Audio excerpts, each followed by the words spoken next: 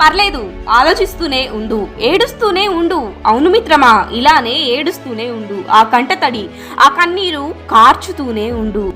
నీ జీవితం ఏమైతే నీకేంటి, అంతే కదా మిత్రమా. ఒక్కటి గుర్తుంచుకో, ఎదుటివారు నిన్ను ఇగ్నోర్ చేస్తున్నారు అంటే అర్థం వారికి నువ్వంటే ఇష్టం లేదు అని.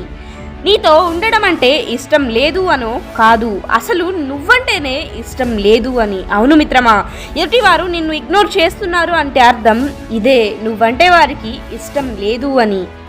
నిన్ను అర్థం చేసుకోకుండా నిన్ను ఇగ్నోర్ చేస్తే నువ్వెందుకని బాధపడాలి? నిన్ను అర్థం చేసుకోకుండా నీ గురించి తప్పుగా అనుకుంటూ ఇగ్నోర్ చేస్తే నువ్వెందుకని బాధపడాలి? ఎందుకని ఏడవాలి? వదిలేయి, అలాంటి వారిని వదిలేయి మిత్రమా. అలాంటి వారు మళ్ళీ నీ జీవితంలోకి వచ్చినా సరే వేస్టే. వారికై వారు మళ్ళీ మనస్ఫూర్తిగా వస్తే పర్లేదు, కానీ నువ్వు బాధపడి కష్టపడి ఏడిచి ఇలా అన్నీ చేసి వాళ్ళని నీ జీవితంలో వచ్చేలా చేస్తే మాత్రం అది వృధానే మిత్రమా.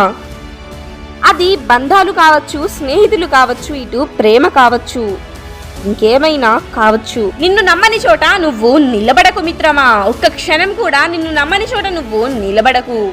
నీ విలువ తెలుసుకోలేని వారు, నీ విలువ తెలియని వారు నీ జీవితంలో ఉన్నా లేకున్నా రెండు ఒకటే మిత్రమా. కనుక జీవితంలో ఉన్న వారి గురించి మాత్రమే ఆలోచించు, నీ జీవితంలో లేని వారి గురించి ఆలోచించకు. నిజంగా నీ జీవితంలో ఎవరు ఉండాలో ఎవరు ఉండకూడదో ఈ కాలం ఖచ్చితంగా నిర్ణయిస్తుంది మిత్రమా. నీ తప్పు నిజంగా ఉండి ఎదుటివారు నిన్ను ఇగ్నోర్ చేస్తున్నారు అని అంటే దాన్ని ఆ తప్పుని సరిదిద్దుకునే ప్రయత్నం అంటూ చెయ్యి మిత్రమా. అవును, ఆ తప్పుని సరిదిద్దుకునే ప్రయత్నం అంటూ చెయ్యి, ఆ తప్పుని సరిదిద్దుకో నువ్వు. కానీ నీ తప్పు అనేది లేకుండా ఎదుటివారు నిన్ను ఇగ్నోర్ చేస్తున్నారు అని అంటే, నిన్ను అర్థం చేసుకోకుండా ఉన్నారు అని అంటే నువ్వు అలాంటి వాళ్ళని వదిలేసి, ఏదో ఒక రోజు నిన్ను అపార్థం చేసుకున్నారు అని వాళ్ళకి తప్పక తెలుస్తుంది. ఈ కాలం వారికి తప్పక తెలియజేస్తుంది అది. ఆ రిలేషన్ ఏదైనా అవ్వచ్చు, ఇటు ప్రేమ, లవ్ అవ్వచ్చు, ఫ్రెండ్స్ రిలేషన్స్ అవ్వచ్చు, ఇలా ఏదైనా. బాధపడుతూ కూర్చోకు. అలా కూర్చొని జీవితాన్ని అర్థమంటూ లేకుండా చేసుకోకు మిత్రమా. కన్నీటిని కనురెప్ప దాటనివ్వకు, ఇది గుర్తుంచుకో. ఎదుటివారు నిన్ను ఇగ్నోర్ చేస్తున్నారు అని అంటే అర్థం నీతో మాట్లాడడం ఇష్టం లేకనో, లేక నీతో ఉండడం ఇష్టం లేకనో కాదు, అసలు నువ్వంటేనే ఇష్టం లేక. ఒకవేళ వాళ్ళలా అనుకోవడంలో నీ తప్పంటూ ఉంటే దాన్ని సరిదిద్దుకో ప్రయత్నం చెయ్యి.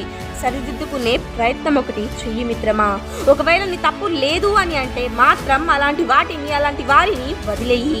అలాంటి వారిని నువ్వు వదిలేసేయి. అలాంటి వారి దగ్గర నువ్వేంటో ప్రూవ్ చేసుకోవాల్సిన అవసరం ఏమీ లేదు మిత్రమా. నువ్వేంటో అని ఈ కాలం వారికి తప్పకుండా అర్థమయ్యేలా చెప్తుంది.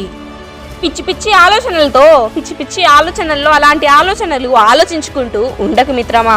ఈ పిచ్చి ఆలోచనలు తీసి పక్కన పారేసేయి. నీ కోసం నువ్వు జీవించు, నీ కలలు సాకారం అవ్వడం కోసం జీవించు, నీ ఆశయాలు కలలు అన్నీ నిజం చేసుకునేందుకు జీవించు మిత్రమా. అంతేకాని పిచ్చి ఆలోచనల్లో మునిగిపోకు. అలాంటి ఆలోచనల నుంచి ఇక బయటికి రా.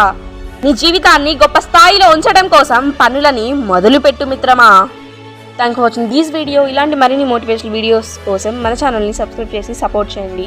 మరిన్ని లింక్స్ కోసం అబౌట్ పేజ్ని విజిట్ చేయండి. Thank for watching this video.